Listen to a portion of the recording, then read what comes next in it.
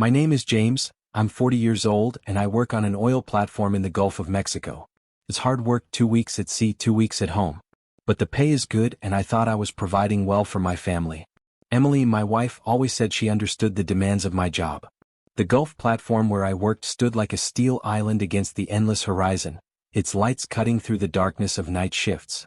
The work was demanding 12-hour days in harsh conditions, with the constant drone of machinery and the smell of crude oil filling the air.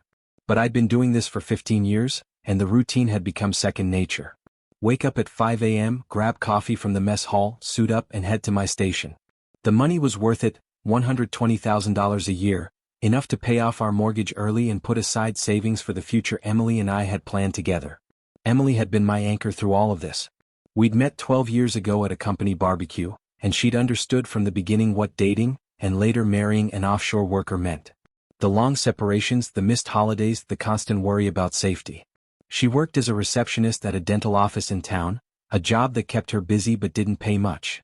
That's why my income was so crucial to our life together. Our house was a modest 3-bedroom ranch style in a quiet neighborhood, painted yellow with white shutters, Emily's choice. She'd spent years making it into a home, with her garden in the back and the living room arranged just the way she liked it. When I was offshore, she'd send me pictures of her latest projects. New curtains, rearranged furniture, flowers she'd planted. It made the time away easier, knowing she was building something beautiful for us to share. Everything started normally enough. Another routine departure to the platform, the usual evening phone calls with Emily. She complained about loneliness, said she missed me. I understood her feelings, staying home alone really wasn't easy. These conversations had become ritual over our 8 years of marriage. She'd tell me about her day at work, about the neighbors, about what she was watching on television. I'd share what I could about life on the platform, though there wasn't much variation in the daily routine. But the most interesting part happened later. In the middle of my shift, my phone rang. It was Mike calling, my longtime friend who also works in the oil industry but was currently home on leave. Mike and I had started in the industry around the same time, working our way up from roughnecks to supervisors. He was one of the few people who truly understood the demands of offshore life and what it meant for families. James, I don't know how to tell you this. His voice was trembling. I saw Emily at the downtown bar with some guy. My heart started beating faster. The downtown was a popular spot near the waterfront, the kind of place where locals went to unwind after work. Emily had mentioned going there occasionally with friends from the office, so it wasn't unusual in itself. But something in Mike's tone made my stomach drop. What do you mean? I asked, trying to keep my voice steady while my mind raced. They were drinking together, sitting very close. I took a photo and sent it to you, but... He paused and I could hear the reluctance in his voice. But I couldn't look at the photo. The internet on the platform was terrible, and we had limited use of personal devices during shifts. The isolation that came with offshore work suddenly felt crushing. I was stuck 150 miles from shore with no way to verify what Mike was telling me, no way to confront Emily, no way to do anything but listen and worry. Mike continued, I followed them outside. James, they were kissing on the street. I couldn't stand it and walked up to that guy, pushed him and kicked him in the ribs. I told him she was married and a few other choice words. Emily recognized me.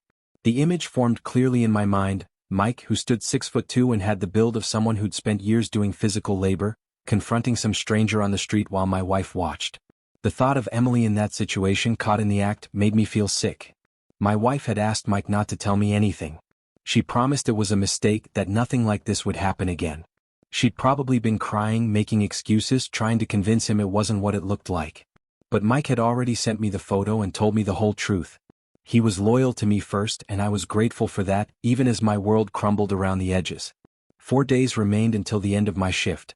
For long days when I knew my marriage was destroyed. The platform suddenly felt smaller, the constant noise more oppressive. I found myself staring out at the endless water, thinking about the life Emily and I had built and how it was all based on trust that had just been shattered. I didn't call Emily. Instead, I started planning. If she had cheated once, she would do it again. Especially if she thought I didn't know anything about it. The more I thought about it, the more I realized this probably wasn't the first time. How many of my shifts had she used as opportunities? How long had this been going on? The work helped keep my mind occupied during the day, but the nights were hell. I'd lie in my narrow bunk listening to the platform's machinery and thinking about every conversation Emily and I had had over the past few months. Were there signs I'd missed? Times when she seemed different on our calls?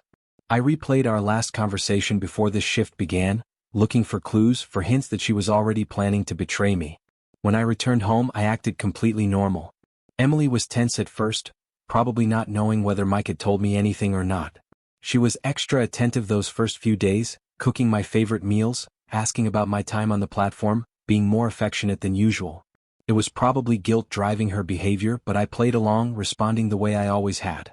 But after a few days she relaxed, apparently deciding that everything had blown over. She went back to her usual routine: work during the day, television in the evenings, the occasional dinner with friends. She even mentioned going to downtown again, watching my face carefully when she said it. I just nodded and asked if she had a good time, as if I didn't know what had really happened there. The next shift approached.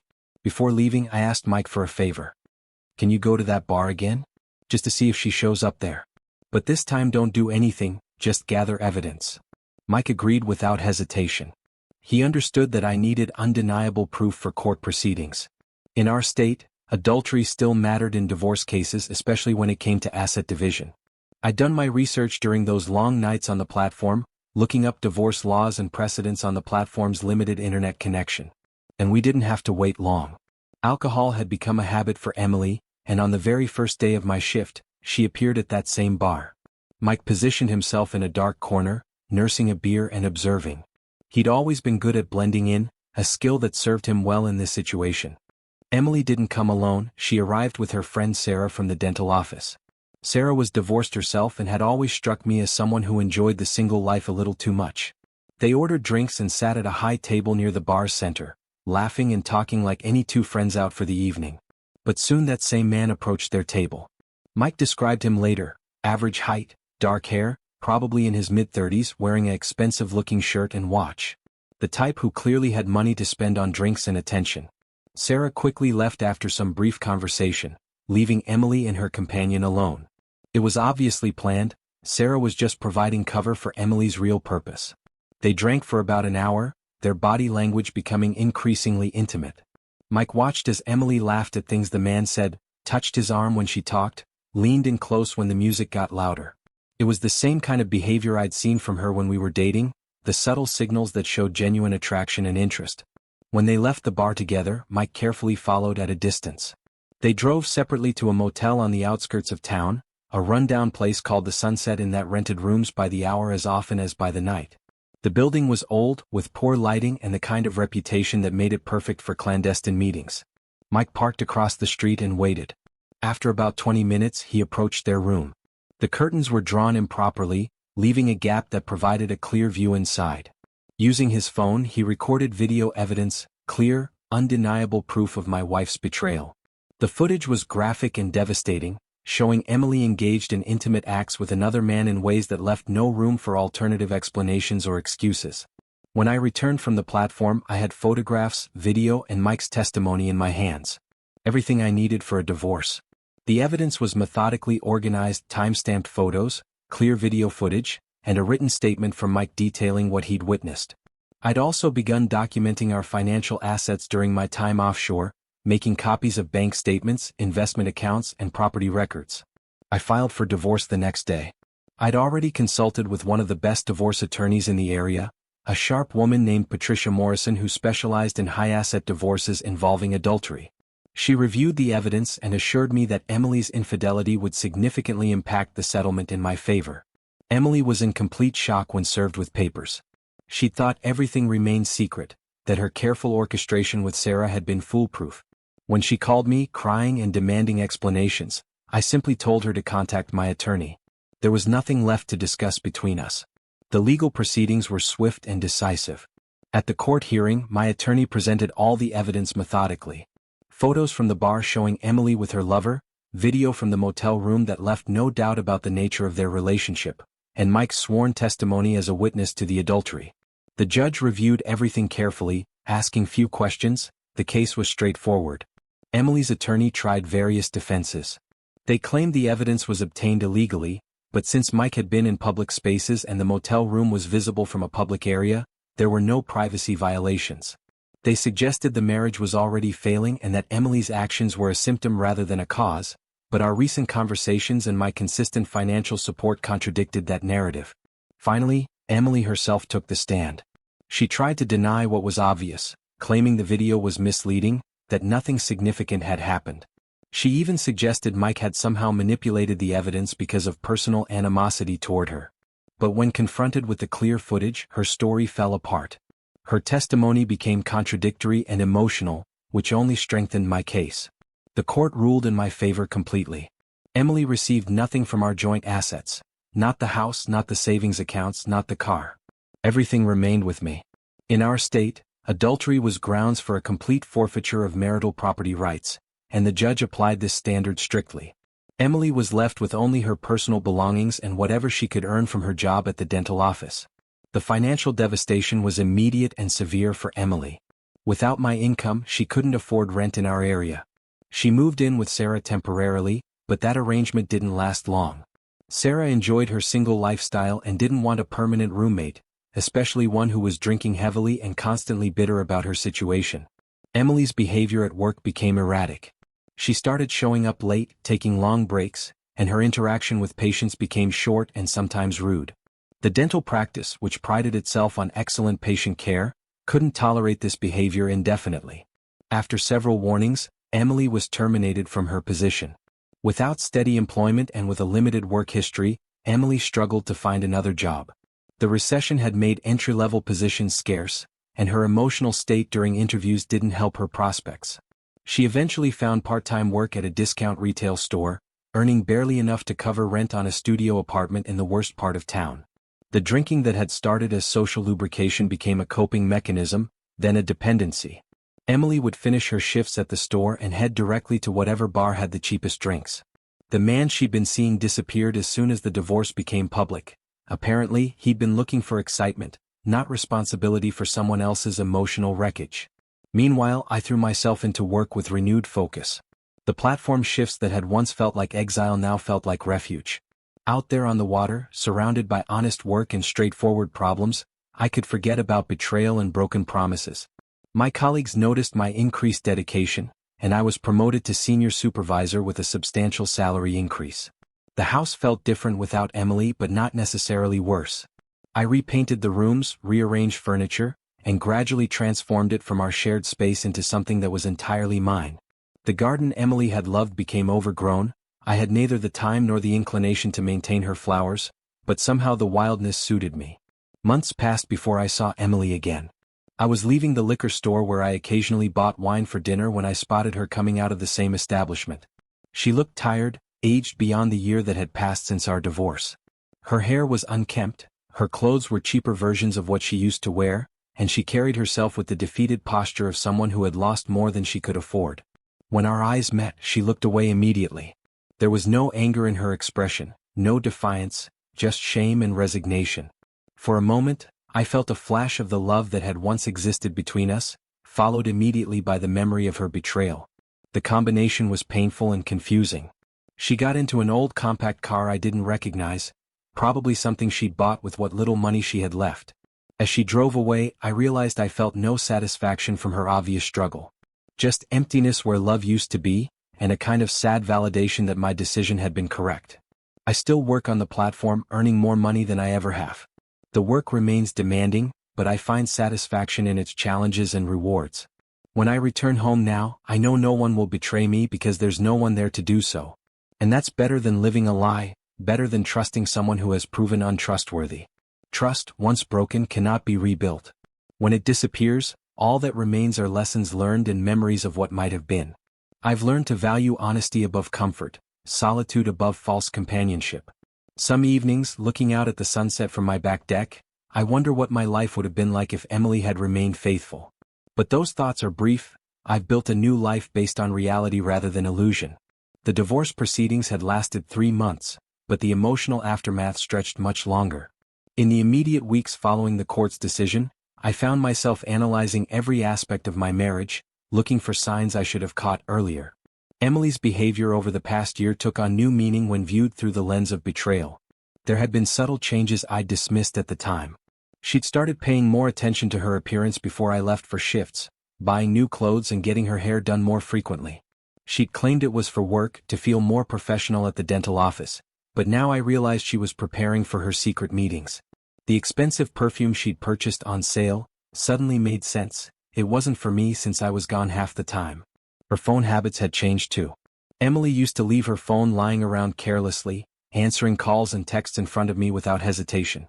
But in recent months she'd become protective of it, taking it to the bathroom, sleeping with it under her pillow when I was home, angling the screen away when typing messages. At the time, I'd attributed it to her growing interest in social media, but the truth was far more sinister. The financial records I'd gathered during the divorce revealed other disturbing patterns. Emily had been spending money at restaurants and bars during my shifts, amounts that didn't make sense for someone eating alone. She'd purchased lingerie from expensive boutiques, items I'd never seen her wear. There were hotel charges on our credit card that she'd explained as girls' nights out with Sarah, but now I knew better. Mike remained a steadfast friend throughout this period. He'd check on me during my home rotations, bringing beer and helping with household projects that reminded me the house was mine alone now. He never expressed regret about exposing Emily's affair, but I could tell the situation weighed on him. Mike had been married once himself years ago, and his own divorce had been amicable compared to mine. "You did the right thing," he told me one evening as we replaced the locks on my house, a practical necessity, but also symbolic of my new independence. Some guys would have tried to work it out, gone to counseling, pretended it never happened. But once trust is gone, it's gone. You can't build a life on quicksand. The offshore community is small and tight-knit, and word of my divorce spread quickly among my colleagues. Most of them were sympathetic, many had experienced the strain that extended separations put on marriages, and several had been through divorces themselves. But there was an unspoken understanding that what had happened to me was particularly brutal. Infidelity was one thing, getting caught and documented so thoroughly was another level entirely. My supervisor, a gruff 55-year-old named Tom who'd been working offshore since the 1980s, pulled me aside during my first shift back after the divorce was finalized. "Listen, James," he said, his weathered face serious. "I've seen this before. Guy gets his heart ripped out, throws himself into work, tries to forget. That's fine for a while, but don't let it consume you. This job's dangerous enough when your head's clear. Make sure you're staying focused out here." Tom's warning proved prescient. During my next several rotations, I found myself taking unnecessary risks, volunteering for the most hazardous assignments, pushing equipment harder than recommended. It wasn't exactly suicidal behavior, but it wasn't careful either. The physical danger felt manageable compared to emotional pain, and the adrenaline provided temporary relief from the constant ache of betrayal. One particularly rough day, working in 15-foot seas during a storm that should have shut down operations, I made a mistake that could have been fatal. I was securing a piece of equipment on the lower deck when a massive wave crashed over the platform. The water knocked me down and nearly swept me overboard. Only a safety cable I'd fortunately attached kept me from going over the side. As I hung there in my harness, soaked and shaking, watching the dark water churning 30 feet below, I realized I was trying to punish myself for Emily's betrayal. Somehow, I'd internalized the idea that her infidelity was partly my fault, that if I'd been a better husband, more attentive, home more often, she wouldn't have strayed. The near-death experience forced me to confront this twisted logic. I started seeing a counselor when I got back to shore, something I'd never imagined doing before. Dr. Sarah Martinez was a soft-spoken woman in her 40s who specialized in helping people process traumatic betrayals. Her office was nothing like what I'd expected: comfortable chairs, warm lighting, and an atmosphere that somehow made it easier to talk about painful subjects. "Infidelity trauma is real," she explained during our first session. "What you're experiencing, the hypervigilance, the replaying of memories, the self-blame, these are normal responses to having your reality shattered. Your wife didn't just cheat on you, she made you question everything you thought you knew about your life together." The therapy sessions were difficult but necessary. Dr. Martinez helped me understand that Emily's choices were about her own character defects, not about anything I had done or failed to do. She'd chosen deception over communication, betrayal over loyalty, immediate gratification over long-term commitment. These were her moral failures, not mine. Through therapy, I also began to process the role that my work schedule had played in our marriage, not as an excuse for Emily's behavior, but as a factor that had shaped our relationship dynamics. The 2 weeks on, 2 weeks off schedule had prevented us from developing the daily intimacy that sustains most marriages. We'd lived more like long-distance lovers than married partners, and that arrangement had clearly suited Emily's secret agenda. Gradually, I began to rebuild my social life beyond work. I joined a gym in town and started working out regularly during my shore rotations. Physical fitness had always been important for offshore work, but now I found that intense exercise helped process the emotional stress as well. The endorphins from a hard workout provided natural mood elevation that was healthier than the alcohol I'd been relying on. I also started taking classes at the community college, welding certification upgrades that would enhance my career prospects, but also literature and history courses that fed parts of my mind that work couldn't reach. Sitting in a classroom with people of various ages and backgrounds, discussing books and ideas, reminded me that life contained possibilities beyond the narrow focus of work and failed marriage. The house gradually transformed from a monument to broken dreams into a genuine home. I hired contractors to renovate the kitchen, updating appliances and fixtures that Emily and I had always planned to replace but never gotten around to. I converted her craft room into a home office where I could study for professional certifications and manage my increasingly complex finances. Emily's garden, which I'd initially let go wild, became a project of reclamation rather than preservation. I tore out her elaborate flower beds and replaced them with a simple lawn and some low-maintenance shrubs. It was symbolic, perhaps, but also practical. I didn't have time for high-maintenance landscaping, and I wanted the space to reflect my preferences rather than hers. About 18 months after the divorce, I encountered Sarah, Emily's former friend and accomplice, at a grocery store. She looked uncomfortable when she saw me, probably uncertain how I'd react to her role in facilitating Emily's affair. But I felt only mild curiosity about what she might know about Emily's current situation. "How's she doing?" I asked, surprising myself with the question.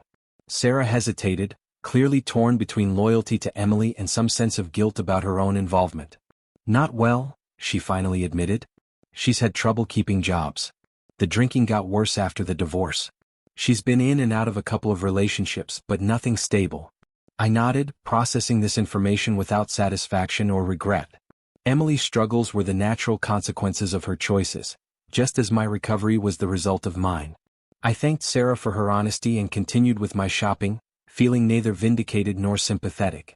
The offshore rotations continued, but my relationship with the work evolved. Instead of using the platform as an escape from shoreside problems, I began to appreciate it as a unique environment with its own rewards and challenges. The team camaraderie, the technical problem-solving, the satisfaction of keeping critical infrastructure running, these became sources of genuine fulfillment rather than mere distraction. I was promoted again, this time to platform superintendent, overseeing all operations during my shifts. The increased responsibility came with substantial additional compensation, but more importantly, it provided a sense of purpose and achievement that had been missing from my life. I was building something positive from the wreckage of my marriage.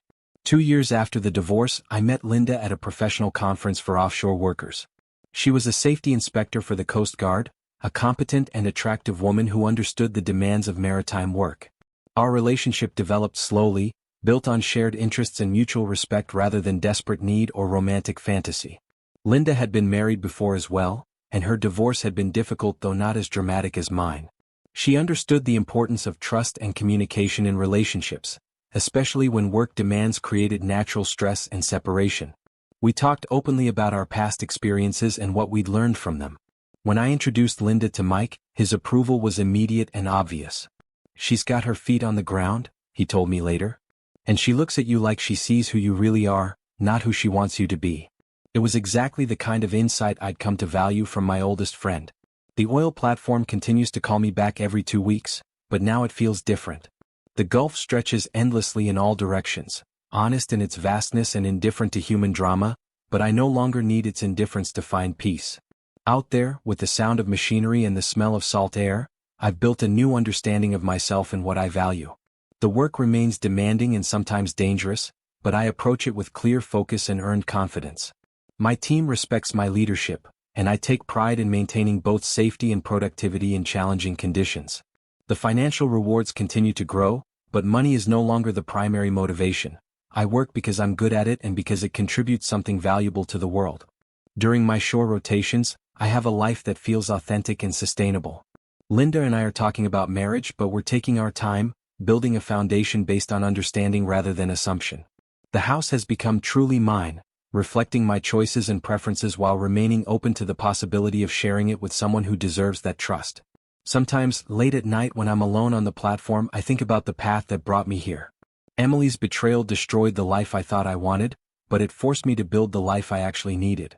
Trust, once broken, cannot be rebuilt with the same person, but it can be developed anew with someone worthy of it. The lessons learned from betrayal, painful as they were, have made me a better judge of character and a more intentional partner.